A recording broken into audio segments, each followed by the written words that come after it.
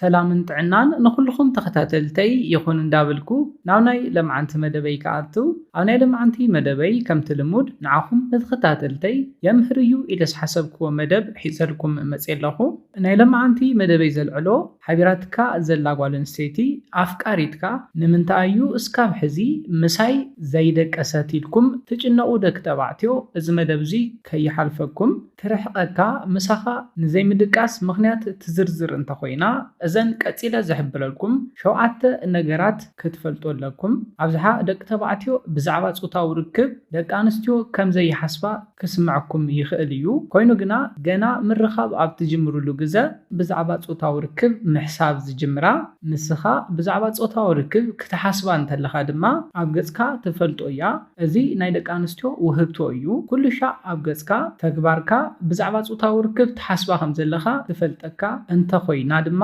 ትርሕቐካ እያ ነዚ ነገር እዚ ኣይትደልዮን ምስኣ ፆታዊ ርክብ ክትፍጽም ጥራሕ ከም ዝደለኻ እያ ክትሓስብ ትኽእል እያ ስለዝኾነ ምስኣ ፆታዊ ርክብ ክትፍጽም ከም ዝደለኻ ክፍለጠልካ የብሉን ምሳኻ ፆታዊ ርክብ ንኽትፍጽም ዝገብራ ምሳኻ ተሕልፎ ግዘን ናትካ ኩነታትን እዩ ብደንቢ ተስተውዕለካ እያ ንስኻ ንፆታዊ ርክብ ተሓስባ ከም ዘለኻ ክፍለጠልካ የብሉን ስለዝተመችወትካ ስለዘፍቀርካ እያ ምስኣ ፆታዊ ርክብ ክትፍጽም ድሌት ክህልወካ ግድን እዩ ኮይኑ ግና ክፍለጠልካ የብሉን ስለዚ ኣብዚ መደብ እዚ ምሳኻ ንኸይትድቅስ ዝገብርዋ ትሰርሖም ሸውዓተ ጌጋታት ክንርኢና እስካብ ናይ መደበይ ፍጻመ ሓቢርኩም እንጽንሑ ነዚ ቻነል ሓደሽቲ ዝኾንኩም ሰብስክራይብ ብምግባርን ነታ ናይ ደውል ምልክት ሓንቲ ሻዕ ብምንካእን ዝተፈላለዩ ናይ ፆታዊ ርክብ ናይ ጥዕና ከምኡውን ናይ ሓዳርን ናይ ፍቕርን ህይወት ኢንፎርሜሽን ትረኽብሉ ቻነል ስድራ ንኽትኮኑ ብኽብሪ ንሓትት መደብና ናብ ብዙሓት ሰባት በፂሑ ብዙሓት ኣሕዋትና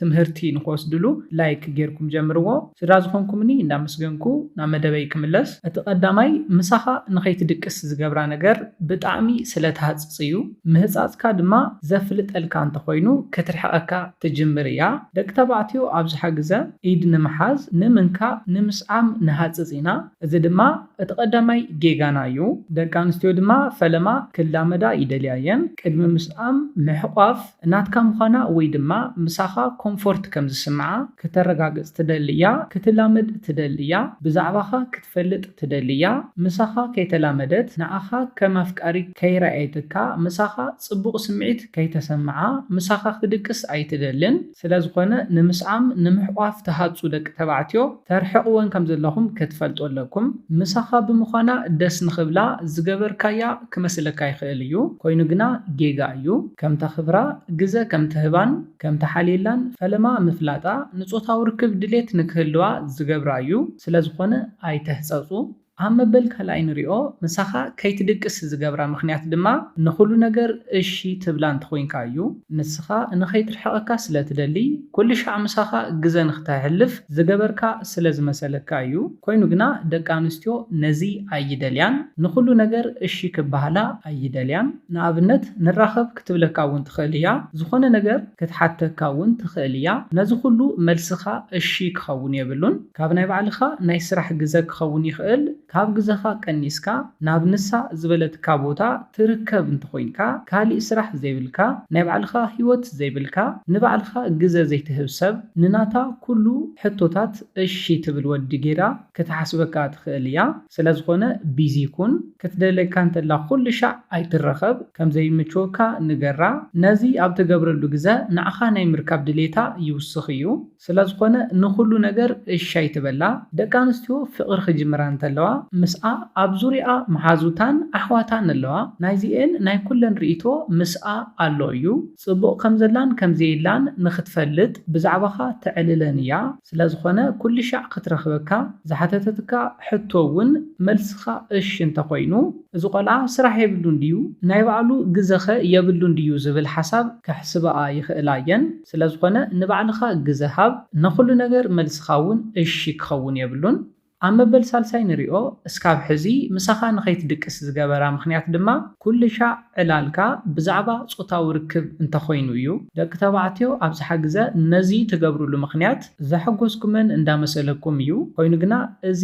ዓብይ ጌጋ እዩ ንሳ ትደልዮ ብዛዕባኹም ክትዕልል بزعباخا كتفلت كتسمعا جزا كتهبا امبر بزعبا صوتاوي ركب نختعلل ايكونن نزي اب تجبرلو جزا نصوتاوي ركب طرح كم زدلخا يا سلا تحسب كترحقكا تخيليا مساخا ناي مدقاس دليتاون زي كهلوا يخيل እዩ ስለዝኾነ ኣብ ትራኸብሉ ግዜ ናይ ጾታዊ ርክብ ዕላላት ጥራሕ ኣይተዕልልወን ኣብ ምበል ራብዓይ ንሪኦ ምሳኻ እስካብ ሕዚ ንኸይትድቅስ ዝገበራ ምኽንያት ድማ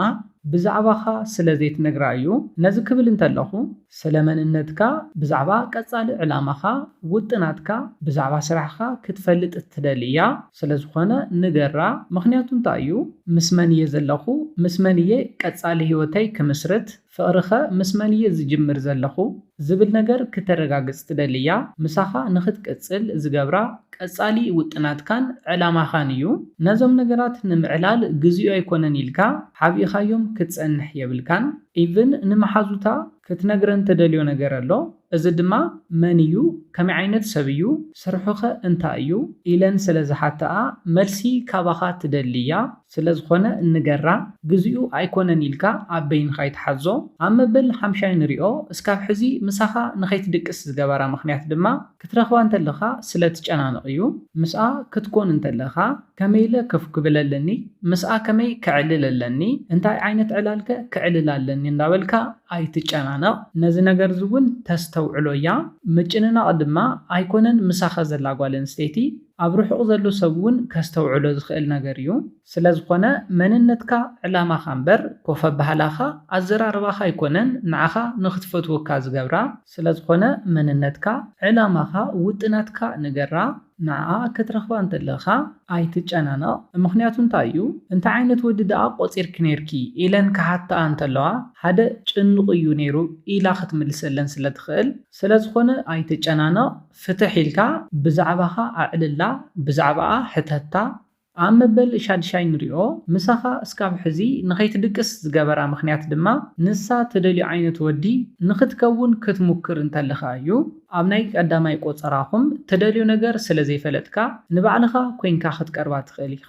ኣብ ቀጻላይ ቆፀራኹም ድማ ንሳ ትደልዮ ዓይነት ነገር ክትከውን ኣብ ትሙክረሉ ግዜ ኣባኻ ድሌተ ይህልዋን ይትረፍ ምሳኻ ክትድቅስ ምሳኻ እውን ድሌተ ይህልዋን ክልተ ዓይነት መንነት እዩ ዝኾና ንዓኣ ክትሕጉስ ትፅዕር ከም ዘለኻ እውን ብቐሊሉ ክትፈልጦ ትኽእል እያ ስለዝኾነ ኣይትግበሮ ምስኣ ናይ ምቕጻል ድሌት እንተሃሊካ እስካብ መዓስከ ዝተጋገየ መንነት ሒዝካ ክትቅጽል ትኽእል ኣብ መበል ሻውዓይን ናይ መወዳእታ ንሪኦ እስካብ ሕዚ ምሳኻ ንኸይትድቅስ ዝገበራ ምኽንያት ድማ ከም መሓዛ ስለ ዘይትኾነላ እዩ ነዚ ክብል እንከለኹ ዋላ ንፍቕሪ ቆፀሮ እንተገበርኩም ዋላ ናይ ፍቕሪ ርክብ ይሃለኹም ምሳኻ ከም መሓዛ ደስ ዝበላ ነገር ክትዕልል ናፃ ክትኮን ክትፈቕደላ ኣለካ ከም ደስታኣ ንኽትስሕቕ ከም ደስታኣ ኮፍ ንኽትብል ክትፈቕደላ ኣለካ ትደልዮ ነገር ምሳኻ ንኽትከውን ግዜ ምሳኻ ንኽተሕልፍ ስለ ዝገብራ እዩ ስለዝኾነ ልክዕ ከም መሓዛ ናፃ ንኽትከውን ድሌታ ክትዛረብ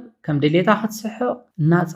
ወዲ ክትከውነላ ኣለካ እዞም 7 ነገራት እንተገይርኩም ኣብ ፍቕርኩም ዓብዪ ለውጢ ክትሪኢኹም እስካብ ሕዚ ሓቢራትካ እንተዘይደቂሳ እውን እዘን 7 ስሕተታት ትሰርሕ ከም ዝነበርካ ክትፈልጥ ኣለካ ስለዝኾነ እዘን 7 ስሕተታት ኣውግድወን ነዚ ለ ናይ ልምዓንቲ መደበይ በዚ ክዛዝም ካብ ናይ ልምዓንቲ መደበይ ዝኾነ ሓድሽ ነገር ከም ዝሓስኩም ተስፋ ይገብር ነዚ ቻነል ሓድሽ ዝኾንኩም ሰብስክራይብ ብምግባርን ነታ ናይ ደውል ምልክት ሓንቲ ሻዕ ብምንካዕን ክተተባብዑናን ስድራ ክትኮኑናን ብኽብሪ ንሓትት መደብና ናብ ብዙሓት ሰባት በፂሑ ብዙሓት ኣሕዋትና ትምህርቲ ንኽወስድሉ ላይክ ሼር ምግባርኩም ኣይትረስዑ ሓሳብ ሪኢቶኹም ብኮሜንት ተብፅሑና ብኻሊእ መደብ ብኻሊእ ሓሳብ እስካብ ንራኸብ ሰላምን ጥዕናን ንኹላትና ይኣንየለይ